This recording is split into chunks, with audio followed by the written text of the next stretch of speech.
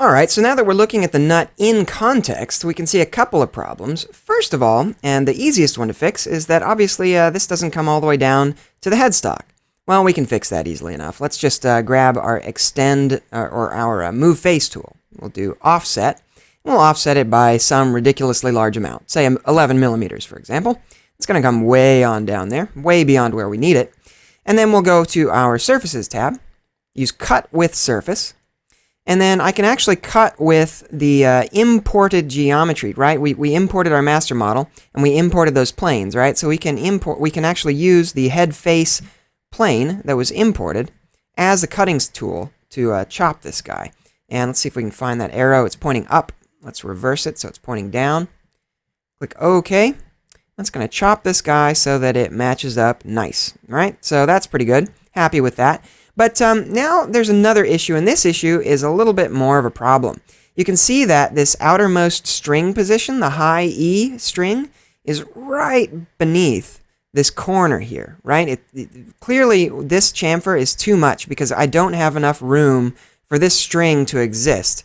And that's probably true on the low E side as well, which is probably a bigger problem. Down here we have this big fat low E string that's going to have to nest somewhere right about here. And this edge is dangerously close to that.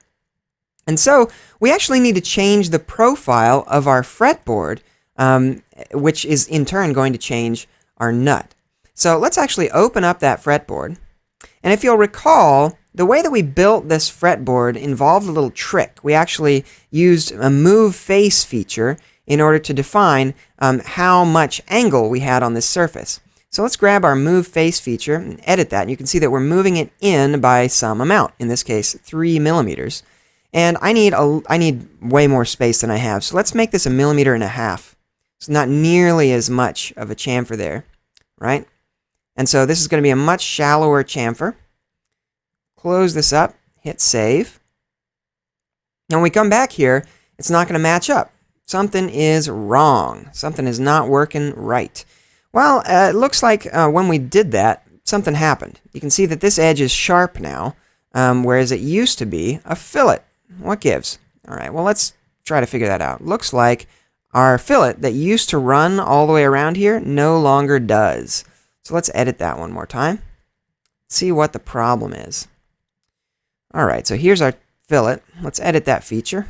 And it looks like because we only selected that one face, it's not going to get these others automatically. So if I just select them manually, let's see if that fixes our problem.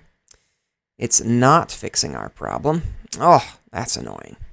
Let's try turning off our constant width and see if it's able to solve it. And there, it is able to solve it. So there's sometimes when constant width will work, and sometimes when it won't work. And in this case, it looks like it's not going to let us keep that, unfortunately. So we'll have to live with a fillet that we're not crazy about. Fortunately, it's tiny, so I really don't think it's going to be an issue. Once we do that, everybody should rebuild, and it looks like we're still broken on our nut here. So let's see if we can figure out what the problem is.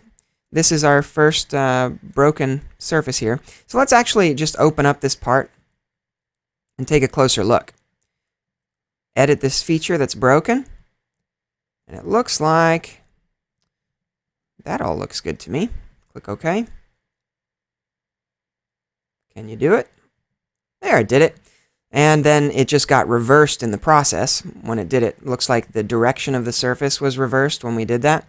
So we're going to have to change our cut with surface feature. Just flip its direction so it cuts the correct size of the surface.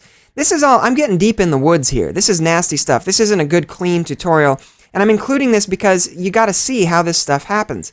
When things break, sometimes there's no reason for it. You know, this is just a fact of working with, well, with SOLIDWORKS, frankly. You can see that there was nothing wrong with this surface extend.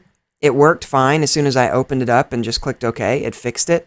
It just got messed up. Sometimes that happens. So when you're working, if something breaks, don't panic. Open it up, you know, open things up and just click OK and see if it works. If it doesn't work, you might have to adjust some things. But in this case, just opening it up and clicking OK made it fix itself for whatever reason.